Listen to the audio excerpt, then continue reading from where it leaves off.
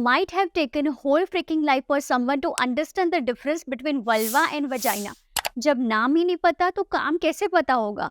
लेकिन अब बहुत हो चुका बस। आज हम जानेंगे वो सारी चीजें जो हमें कभी किसी ने नहीं बताई, स्कूल में भी नहीं बताई। So make sure you watch the video till the end. Hello, welcome and welcome back. If you are new, I am Dr. Mitali Rathod, consultant obstetrician and gynecologist practicing since 5 years. And on this beautiful YouTube channel, we talk about periods, hormones, reproductive health and so much more. So subscribe जरूर करें. Let me first introduce to you hero of this video, which is your vag or vagina. फिर पता चला कि पूरी film खत्म हो गई है लेकिन हीरो का नाम ही किसी को नहीं पता है। ऐसा नहीं होना चाहिए. So whatever that you can see in between your two legs externally is what we called as vulva, जिसका उल्लेख किसी भी बुक में नहीं किया गया है.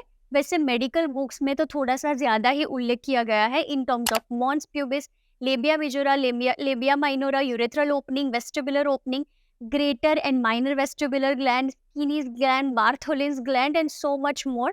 इससे ज्यादा टेक्निकल में नहीं होने वाली हूँ, I promise. Out of 3 famous holes in the cisgender woman down there, the middle one which opens internally in the canal, that is what we call as vagina. The internal end of vulva opens at cervix and uterus and the external end opens at the vulva, जिसके 3 basic functions होते हैं. First, the world famous organ for copulation, second for periods and third for child birth. तो चलो फिर facts की ओर निकल पड़ते हैं. First, size, shape and expansion capacity of vagina. So vagina is made up of 4 different walls, anterior wall, posterior walls and 2 lateral walls. आगे की जो दीवार होती है उसकी लेंथ होती है 6 to 8 सेंटीमीटर. पीछे की जो दीवार होती है उसकी लेंथ होती है 8 to 10 सेंटीमीटर. ये चारों वॉल मिलके ना ऊपर की तरफ सर्विक्स के नीचे छोटे छोटे स्पेस बनाते हैं. सो उसी के लिए if you are indulging into unprotected intercourse या फिर if you are indulging into pull out method of contraception, तो वहां पे after the ejaculation there are going to be millions and millions of sperms. तो उसको आप दौड़ के या कुछ भी करके वॉश के वो स्पर्म्स की स्पीड को आप बीट नहीं कर पाओगे.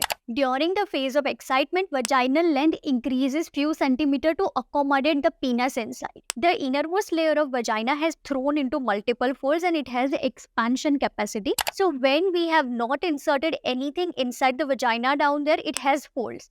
But when we insert something, for example, menstrual cup, it will open up a bit.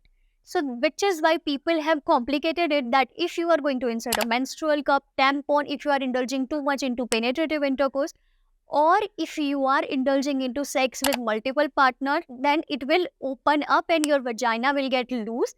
But it is actually far from reality. It will get loose with 2 different things. First, as a part and parcel of aging, because aging happens all throughout the body, तो vagina भी कुछ बाकी नहीं रह जाएगी.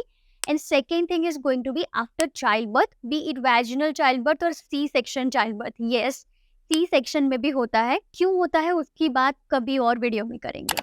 Second, if you are a cisgender woman, जब आप आपके मम्मी के पेट में होते हो तब 5th मंथ के बाद वजाइना का डेवलपमेंट स्टार्ट हो जाता है. वजाइना का जो ऊपर का पोर्शन है वो अलग चीज से बनता है, लोअर पोर्शन जो है वो अलग चीज से बनता है, वो दोनों जॉइंट हो जाते हैं. उसकी डिटेल्स में मैं नहीं जा रही हूँ बिकॉज फिर वो बहुत ज़्यादा टेक्निकल हो जाएगा. बट डेवलपमेंटली ये समझना ज़रूरी है कि कभी कभी वजाइना में सेप्टम रह जाता है, पॉलिप हो जाते हैं, या फिर 2 सर्विक्स होते हैं, 2 वजाइना होती है, 2 यूट्रस होते हैं. ये जो रेमनेंट बच गया है वजाइना का, that is identified as a hymen. So hymen कभी कभी पार्शियली कवर्ड होता है, कभी कभी completely covering the vagina भी हो सकता है. So if that hymen is completely covered, that is what we call as imperforated hymen, और उसको हमें सर्जिकली मैनेज करना होता है. उसके ऊपर इंसिजन लगा के मेंस्ट्रुअल ब्लड अंदर से बाहर निकलने का रास्ता निकालना होता है. अभी हाइमेन के अराउंड ही वर्जिनिटी का बहुत बड़ा हवा है, which is nothing beyond a social construct.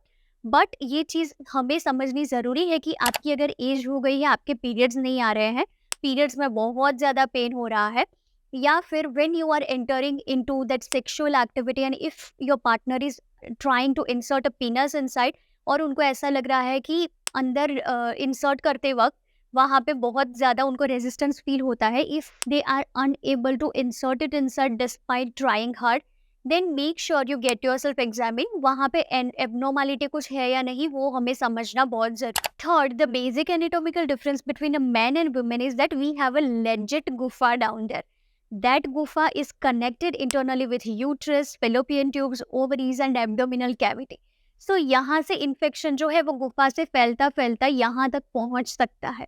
वो ना हो उसके लिए हमारे पास वहाँ पे एक एक्टिव डिफेंस मैकेनिज्म है जिसको हम कहते हैं वजाइनल एसिडिक पीएच। सो हमारी बॉडी में vaginal microbial flora, we have millions and millions of bacterial floras down there. We have a good microbes, we have a bad microbes, and they live in a perfect harmony with each other. They produce lactic acid, which is found in dahi, and because of that lactic acid, vagina might smell like a dahi, sourdough bread, or some type of beers.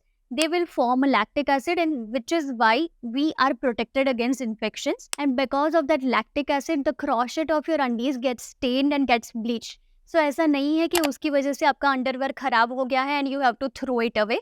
No, to protect those little warriors down there, make sure that you are not using any type of lotions, potions, creams, gels, shaving foams, waxing and douching methods. Okay, don't do that.